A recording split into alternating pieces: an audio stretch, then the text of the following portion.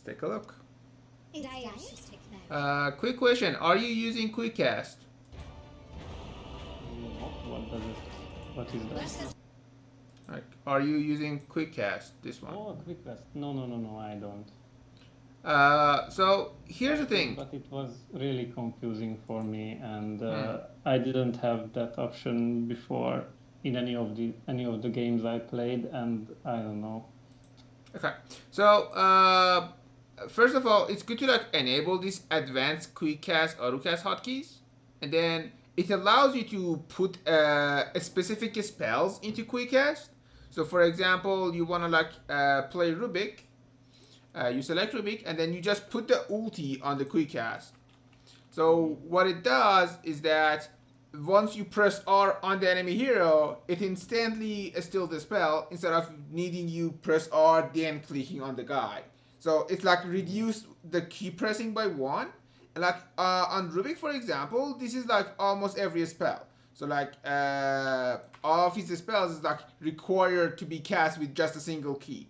The impact it has is that let's say you want to cast your ulti, cast like this spell, and then cast the spell you steal. Okay? Now it turns like 8 clicking into 4 clicks, and then that's like way faster. And now add some items into it, and then suddenly it's way faster to do. So like for items, for example, I'm like putting like 3 of them on quick cast, and then I leave 3 of them on the normal cast for myself. The benefit being some items like wards, I don't like really need to quick cast them. I just want to like toggle them fast. So I'm like putting it on normal cast so I can like double click. But for items that I need to like cast on my teammates, like a Glimmer Cape, I want them to like be in one cast. So like I put them like on X or C, and then I just use them with one key. It will be faster and it helps a lot.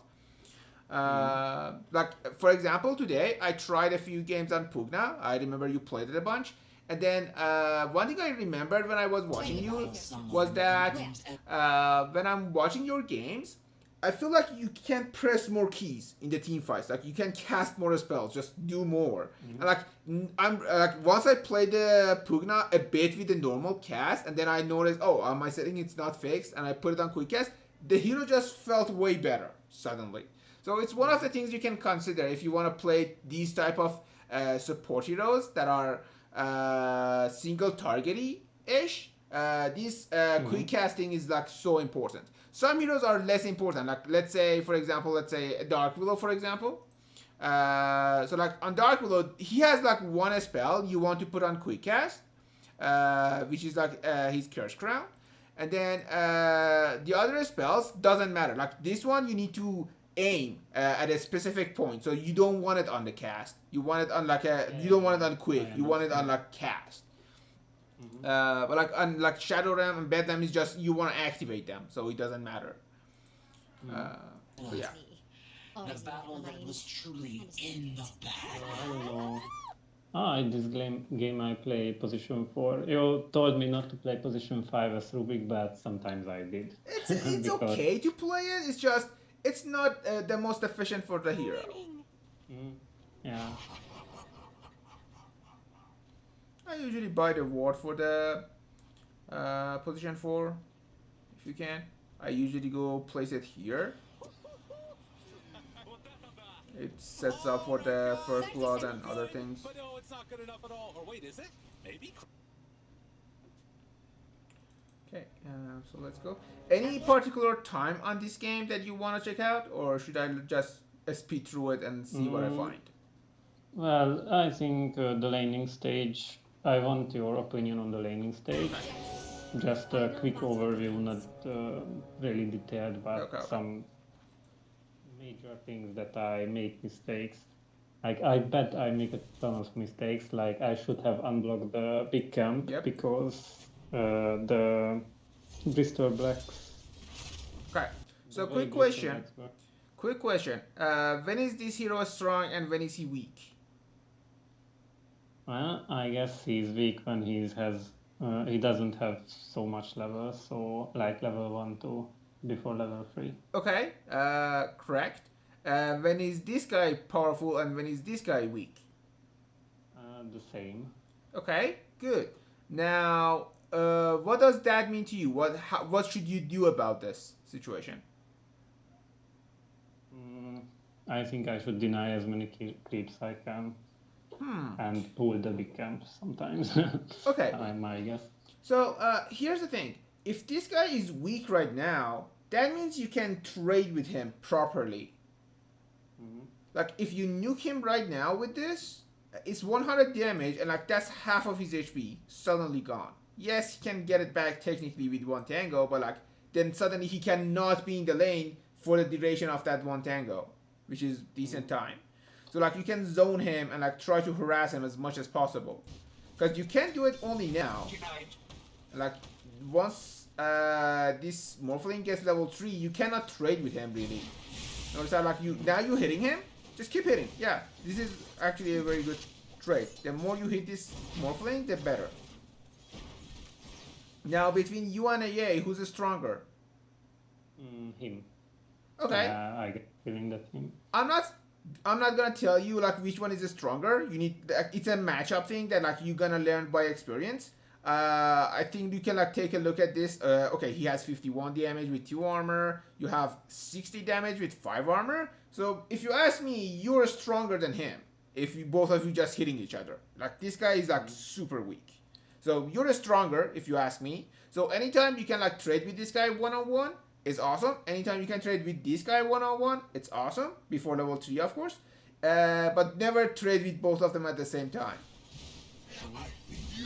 Yeah, I was afraid of the ancient operations slows, so that's why I thought that he is stronger.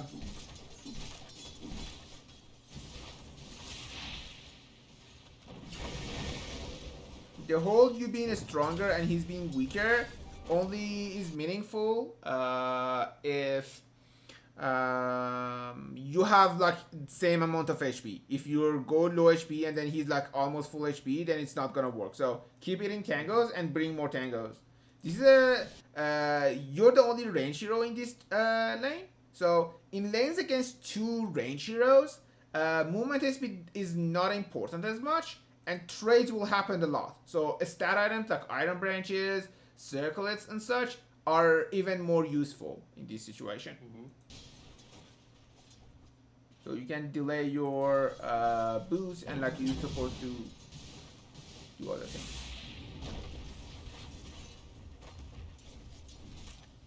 Yeah, I think right now I should have gotten some more regen. Yeah, definitely.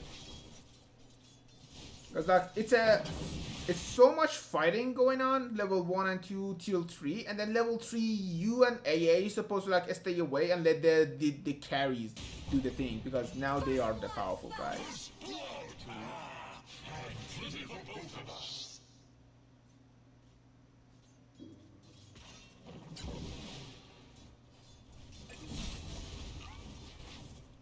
It's a lane that I would even consider going for a null talisman.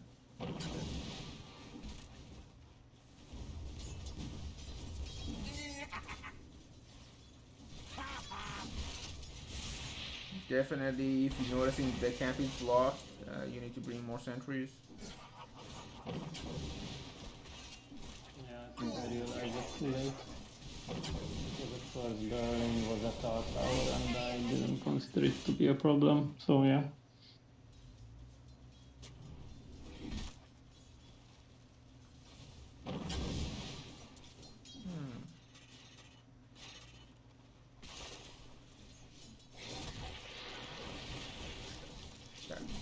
So, as a support, which items in the game do you think is the most useful in this specific game? Like, what support items is very good this game, you think? Like the entire game, in what my items should be. Yeah, like, what are the good items in this game?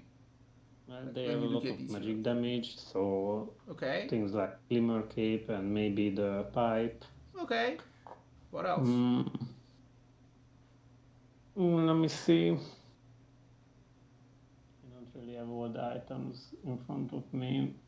This is the item I list. mean, yeah, I know, but I have a guide that lists all Yeah. the items that are mostly common.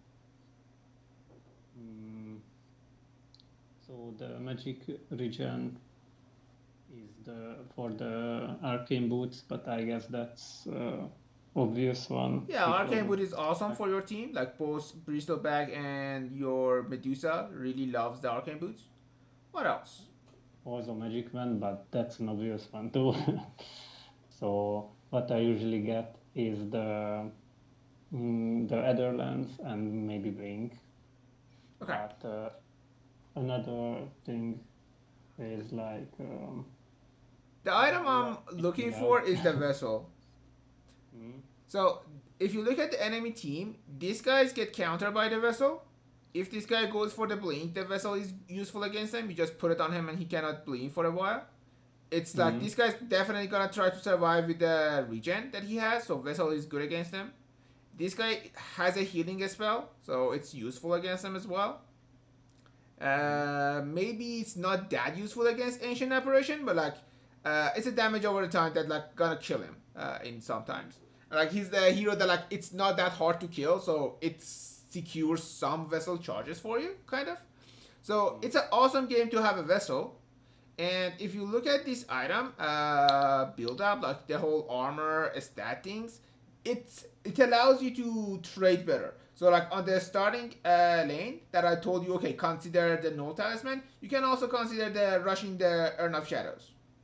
Mm. And it's really Okay. good this game if you get a vessel. No one else in your team really wants it. Like Jack Hero can build one, but like you're a position 4, you're gonna build it faster, so it's better on you. Mm. So I think like this game you could just rush for a vessel looking at enemy lineup. Always think about vessel if it's good or not against the Morphling.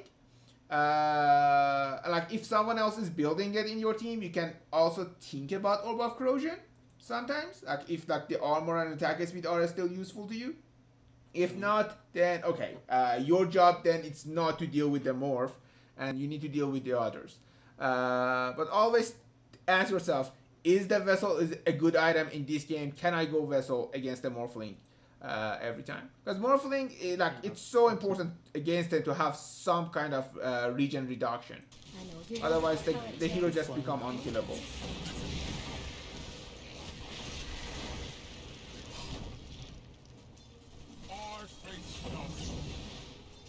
Be careful with how much you're using telekinesis. The reason being you have mana issues, and every time you cast this is one less time casting this. 110 mana, 130 mana. So use it only if it's like really life change.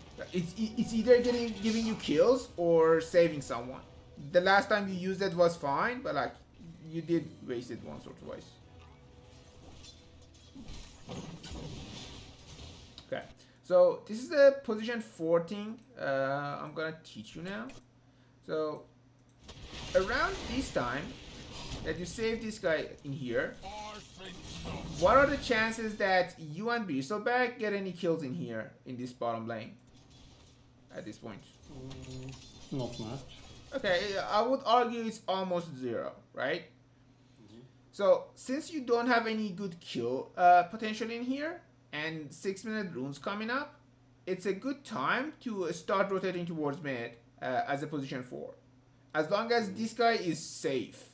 So being safe means, okay, the lane is close to his tower, he has his vanguard, he doesn't Yeah, really want to but I fight. didn't really consider him safe because he didn't have so much HP. Yeah, so like you're Let supposed to me fix say. that by having some regen and like giving it to him. But you being here doesn't really help him much. All you can do is to creep aggro right now for him, and then he can take it from there. So Mm-hmm. all you're supposed to do is to like a step forward a bit, so you get to aggro range of this guy. You know how aggro range work, right? By details. Mm, yeah, yeah, yeah.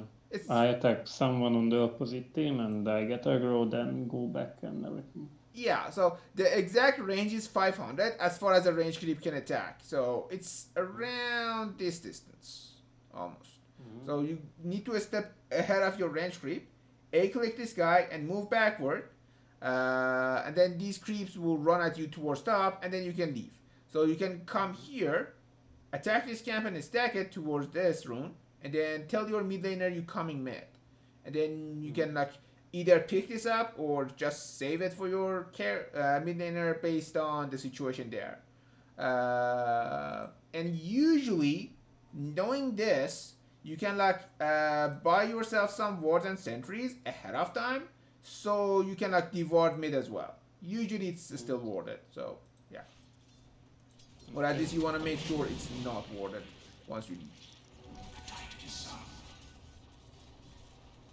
So if you've been here, another thing you can consider is that if the mid lane doesn't go horribly bad, both of these guys will be level 6. Now this guy lost the lane super hard, so he's 5 and this guy's is 7.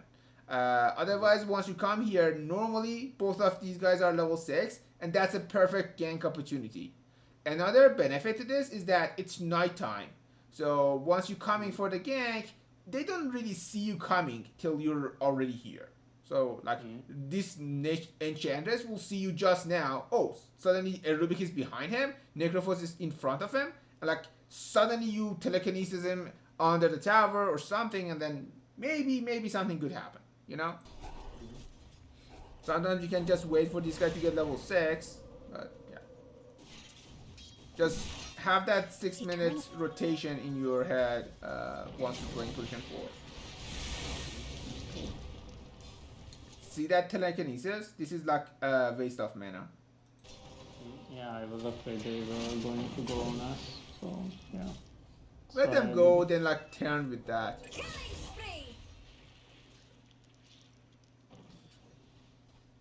Another thing you can do once you notice your mid laner is dying a bunch, you can take the lane from him. Like you just go mid and tell him, okay, dude, you can rotate or he can just go jungle. Usually they can do one of those two options. They either rotate or they go jungle. Whatever they do is better than sitting in that lane, keep feeding to enemy mid.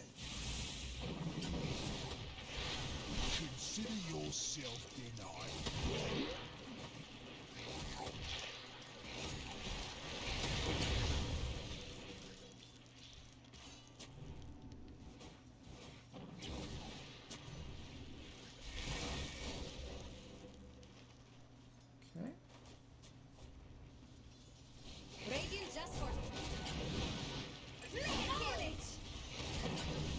Yep. Like your mid laner is losing so hard and you completely ignoring him as a position 4. Like remember, a position 4 is the support to both offlane and mid. You're not just a support to this guy. The position 5 is mostly just a support to this guy. Till that guy is like either leaving the lane entirely or absolutely survivable. I wasn't sure when to leave the lane because Rubick was so overly aggressive that he always got his HP really low, and I was afraid that if I go away, then they will slow him with ancient apparition spells and they jump him. I understand your concern, but like now the same is happening to your Necrophos. You know what I mean? Like you want to save this guy, now this guy's dying, and like honestly, this guy dying is worse than this guy dying because even with all of his feeding, he's still level 7 to this guy's level 6. So like, yeah, just leave him alone. If Bristleback gets some solo XP, it's like very important for us. Illusion. It doesn't mean like completely leaving him, it's just you're gonna leave him for a while.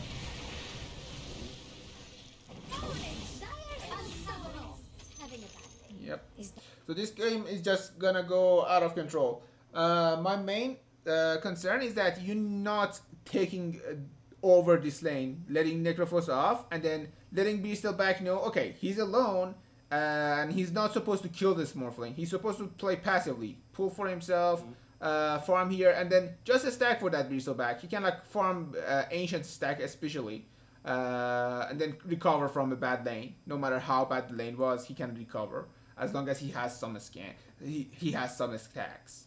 So another tip: if you're not winning the lane and like you feel like, oh, we're not gonna kill anyone here, it's just a farm trade, then focus on stacking. Who has more stack will win the farm trade. I guess that's it for this game. Like suddenly the game is like so super hard. That at 10 minutes, can you seek to 10 minutes? Yep. I noticed that around 10 minutes, Bristleback has less net worth than Morphling. Yeah. By about 1000. Yep. But the creep score is nearly similar. And is it because Morphling got more last hits on flag bearers and range creeps, or what causes that? Maybe it's because of the consumable they got. Like Bristleback Regen. might be get some raindrops and some consumables, while this guy didn't buy as many, and then this guy's just saving more gold. Okay. That can be a part of it. Also, it can be like some flag barriers or some of the big creeps on the side lanes. It's like a combination of all of these. Even kills, especially if they have kills, that would also be meaningful. So this guy doesn't have They kills. didn't have. Okay, yeah. So that was I was wondering for. But okay. Can be bounties as well. If enemy team pick up the bounties and you guys didn't, can be also there. Yeah, that's another possibility. Yeah. Okay. So yeah. On to the next one, since we have 4 games. Yeah, the last 3 games are me playing position 5 Rubick.